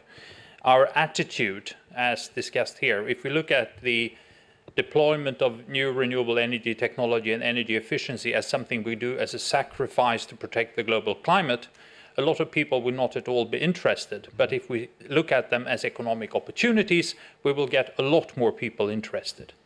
So we have a part to play in changing attitudes also at seminars like this one. And how do we do that, Peter? Whoa. Well, that was difficult. Can I receive some funds to research that? But I don't have a simple answer to that. But I think Nina has done a good contribution in that direction. The network of companies that she's organizing who have seen the opportunities and who talk about that opportunity to make the transformation that some see as a necessary sacrifice for the climate, that they are able to do that in a way that's also profitable for them as companies and making them more competitive. That's a brilliant way of changing the attitude amongst many more. So Nina's contributed also. And how did you do that? How can we replicate that? How can we multiply that and do copy-paste on that? Yeah, we started a network in Norway also, but it doesn't help. Sweden and Norway, it's not big enough. But I think it comes back to cooperation in the end. We do need to talk between companies and companies policy, companies science. And I think we talk too little with each other, mostly about each other. So there's huge work to even talk more with each other and have seminars. And if you think someone is your enemy, never see a person as your enemy. Instead, think how can that person contribute towards low carbon economy. So try to reverse everything you see. So everybody is a contributor to a green economy. I think that's important to have that perspective, because then it's easier to cooperate. I love that. Next time I see somebody who stole my time in tvättstugan, I think, how can that person contribute to a low carbon economy? That's just wonderful. Peter. Yeah, well, there is a strength in examples, like you provided Haga-initiativet, which can be provided through research, etc. So that's really important to have a dialogue, learn from each other, etc. But in terms of attitudes and perceptions, I was a bit surprised. I mean, this is a climate forum. I'm coming from the resource efficiency project, but resource efficiency, everyone understands that, right? You do more with less resources. But things were not that easy when we started the project. It was a rather long process in actually agreeing on resource efficiency. Is biogenic materials resource efficient? Well, in the beginning, there were some perceptions that that was the case. Now, there's a climate aspect. It might not be resource efficient necessarily, et cetera, et cetera. So the process of actually sitting down together in different organizations and other settings, et cetera, and just agreeing and on a common understanding. It may sound basic, but it needs to be emphasized and revisited from time to time. Nina. I was thinking of something else. Maybe it's wrong to stress it, but you didn't mention. Do we have brave risk capitalists in Sweden? No, Lena, just doing like this. Maybe that's also a solution for the future, to get more brave risk capitalists, and maybe a system for it, maybe more. Oh, you want to say something? Oh, you were trying to say something. I don't think we need brave risk capitalists. We need clever risk capitalists. If you say you need someone to be brave or stupid to invest in these technologies, of course, no one will. But if you say you need someone who's clever, who wants to make profits, I buy into that one. Thank you. And one thing they will ask, and we saw Louise's presentation about that, is, okay, so what are the economic incentives for doing that? And Thomas will say, well, they're right there on the table, they will make business sense, and some people will still argue that maybe not in every case. So when you look at the economic incentives, Thomas, what is the best design, and what are your favorite examples of the economic incentives for resource efficiency and renewables? Well, there are many different aspects to that. If you look at the resource efficiency, and in particular energy efficiency, as Bo mentioned, there are examples of technologies that many people will take decisions. The individual decision will have a very small component of economic benefits, but for society as a whole, it's very important to that decisions are right. And the EU eco-design system then, where, for example, you decide you can't have these old-fashioned, very inefficient light bulbs anymore, you need to use LEDs and modern technologies, and you reduce energy significantly. That's one way. If you look at the electricity or energy-intensive industry, attention turned out to be extremely important to get the people involved to actually learn what they do and learn what they can do in an efficient way, with a bit of coordination in the program for energy efficiency in the electricity or energy intensive industry. It turned out to be a very cost efficient way of improving the efficiency and competitiveness of Swedish energy intensive industries. And there are many examples where that is a more efficient way than legislation or even economic incentives, which then is less important when things are already profitable. But sometimes with the light bulb as an example, sometimes you think just go ahead and ban it to get things happening. Indeed. Nina? We do have the value shift also here, and I think the new generation maybe be more into circular economy and sharing economy than we are today. So you probably maybe don't will own your own car. You will have your car in your telephone instead and go out and take a car to go. You probably don't own your own drilling. It's the drilling machine. You probably borrow some. So there will be systems. So talking about consumption before, I think both circular economy and sharing economy will be changing, and we will change our attitudes also because of that, I think.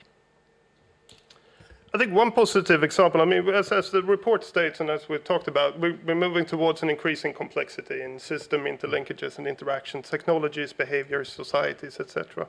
That creates an increasing need for learning between systems and actors. And of course, you need these broad policy frameworks, like such as price on carbon, etc. But dealing with these complexities, and as you state, we need specific policies, etc. And I think one good example there is negotiated agreements, such as the program for energy efficiency in energy-intensive industries, even though the results have been debated. It provides a learning. You sit down together and you discuss the issue. It provides a much better platform for learning than, for example, a tax or an overall policy instrument.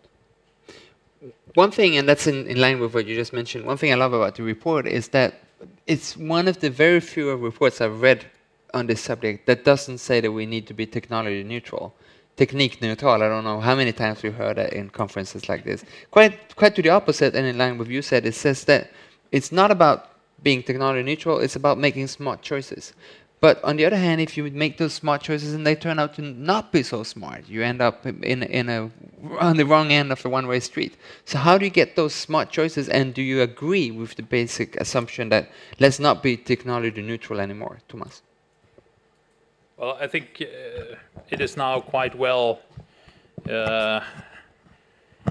established that technology neutrality is extremely difficult to achieve, if at all possible. And often when you talk about policy instrument, the fundamental idea is not to be technology neutral. Otherwise, you wouldn't have to intervene.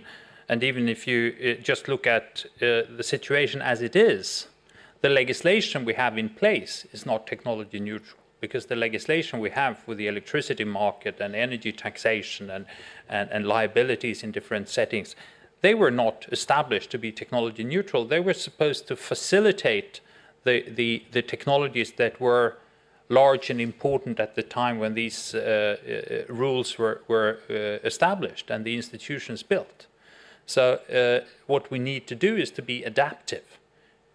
You talked about flexibility. I mean, we need to improve the institutions to efficiently accommodate the implementation of the new technologies that are now the least cost, most efficient opportunities. And that's one of the main challenges all over the world now, to rearrange the institutions, legislations, taxation systems in the energy sector to accommodate the new energy technologies that are very different from the old ones. What's the best practice? It's an enormous challenge also for the energy companies that were built in the 20th century to make enormous investments in large nuclear, large hydro, large fossil fuel power plants that were at the time the most economically efficient ways of producing kilowatt hours. Now the situation is very different, and we need to accommodate the new technologies in the whole energy system, which is extremely difficult and very painful for the old power companies. So in this global challenge and global opportunity, but also global headache, what do you see as best practices? As mentioned earlier, the feed-in tariffs were extremely important to bring down the cost of energy technologies that were at the time far from being competitive to the range where they are competitive. The Swedish electricity certificate system was a very cost-efficient way to do the last bit for the technologies that were close to being competitive. I think now what is the most important is to make institutions, legislation and tax systems adapted to the new technologies and not to the old. It's no longer a matter of subsidizing the new, it's a matter of reducing the barriers or systems that are inconvenient for the new technologies. Solar PV rooftops are very different from nuclear power stations. They need different institutional settings. And you just mentioned the feed-in tariff, which was a question from the audience, and we do have the opportunity to have a few questions to this distinguished panel. Questions, comments? Use your microphone, you first, and you. Yeah, my name is Per Westlund. A key word here, it's on the board, it's competitive. And what is competitive is decided by the buyers, the investors, the consumers, and in the end, the companies that meet those needs. And I don't hear much in your discussion about how to meet the demands from the consumers and the drive you can get from consumers. Look at Tesla, for example. Nobody knew about Tesla. Now it's a keyword. So where is the drive, the brand issues, and so on in your thinking? I'm missing that. The brand issue, let's have your question immediately. Yes. Hello, Annika Anberg is my name. How important is the oil price and what can we do about it? I get very frustrated when I think about agriculture, which I work a lot with, because I can see that the solutions for a fossil fuel-free agriculture, they are there, but it's still too costly to do the changes. So what kind of policy instruments do we need to tackle this? Thank you. A third and final question? Good, let's work with these two. Where's the Tesla, Thomas? Well, it's a good question, and Tesla is certainly one good example of an electric car manufacturer who realized that he needs to do something that people want, not something that is the least cost. We saw some years ago a similar comparison between pellet stove and pellet boiler manufacturers in Sweden and Austria, where in Sweden the industry was very much focused on least cost, whilst in Austria pellet boilers was something equivalent to a Mercedes on the entrance of the house, something that gave you high status. So the Austrians were managed to charge people much higher prices. They could run R&D, develop more automated equipment, and become even more important in the global market development. And Tesla certainly has done better than Think and other rather primitive vehicles. So I totally agree, it is important. But it's also part of this rule of thumb and perception. We need to make people aware of the opportunities. And you know well the construction industry and the building sector, how little aware they are of the opportunities and how conservative they are in relying on old rules of thumb on what you're supposed to do. So it's a bit of marketing of new technologies as well. Regarding the oil price, what we've seen in the last year and a half almost is that the oil price has dropped dramatically, which could be ascribed to the fact that the unexpected fast development of renewable energy and battery technologies have made the main suppliers of low marginal cost oil, such as Saudi Arabia, more concerned that they should be able to sell their oil before demand drops. So in a way, it's a success for renewables that oil prices have dropped. And I think now the oil industry is in a tough situation. They're also facing very small margins or even losses, and the price is now at the some sort of marginal cost of new developments of shale oil and shale in the US. So it may not drop further. What's important from a policy point of view is that you don't use rebates on energy or energy taxes as a way of reaching distribution goals, for example. In many countries in the world, you have subsidies for fossil fuels for social reasons. And in Europe, we have rebates on energy taxes for competition reasons. If we want to support agriculture, the most clever way of doing that may not be to remove the carbon tax. So that is the sort of policy issue. I don't think we can change the world market price on oil. But we can do a lot on being consistent in taxation. Thank you. Nina? About demands. I don't think everybody wants a Tesla. Haven't you driven one? No. I grew up with other cars. Anyway, I think some people want a Tesla. Some other people, they want maybe more time. So I think it's a different spectra out there with different needs. And I think one of the strong, if I could guess in the future what the demand is, more time. Especially in the rich world, I think we're going towards that.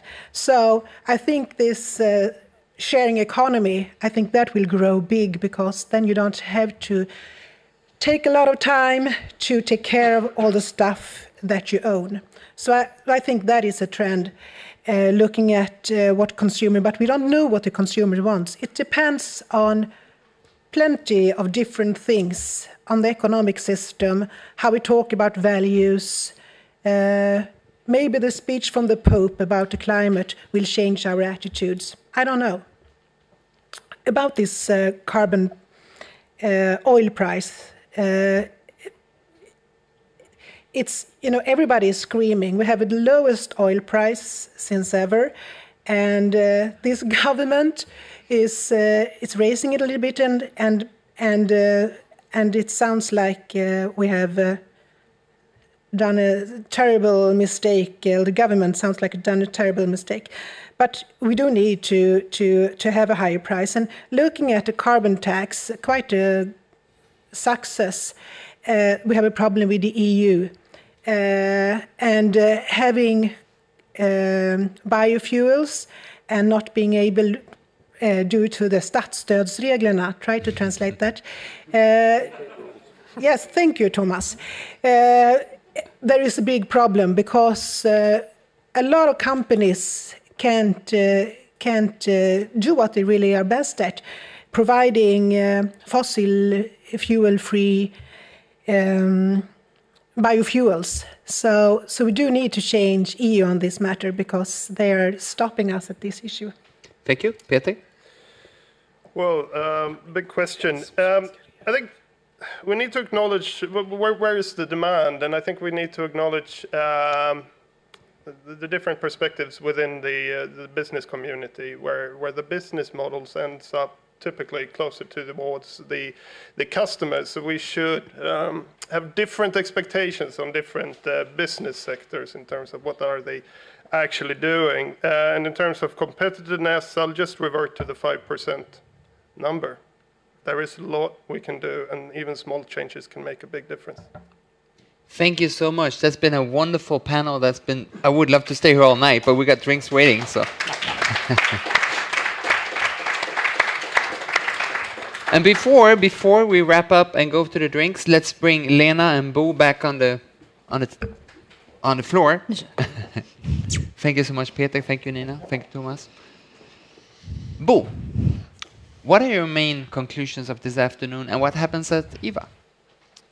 Well, my main conclusion is what I expected, that we will get some good input to our project from Lena's project, because we certainly need to give good advice, and that needs to include policy advice. Lena? I would like to get back to the title. Towards Competitive Low Carbon Economy, Paris 2015. Reading Paris 2015, it's all about agreement. Can we make an agreement? And I would say, does it really matter if we can focus on competing, being best? Maybe that is something that would we like to have as a result from the Paris meeting, that we would really like to compete, being the most innovative, the best nation, the best company, the best city in meeting the goals of a green economy. I think this is something that I hope for. I see signs that things are happening. And although we have learned today that there is much failure, sort of in the way, there is hope for the future. Thank you so much. For me, Paris is going to be a reasonable success because it has to. and it's going to give us agreements that we feel that we need to do on a global level, then the EU is hopefully going to say, well, we want to do more than that because we think that's good for us. Sweden is certainly going to say, we want to do more than that because we understand it's good for our competitiveness. Then within Sweden, we got more than 150 municipalities. We only have 290, but more than 150 have got higher climate targets than Sweden as a country because they believe it's good for them. And then within each municipality, there's company like the ones in Haga Initiative or think tanks or institutions that want to do even more. And then we know that at every workplace, there's somebody who wants to do more than the rest.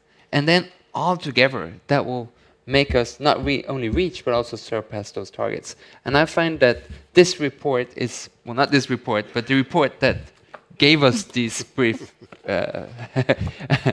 summary is tremendous help in that work. So thank you so much for this, and let's go have drinks. Thank you. Thank you.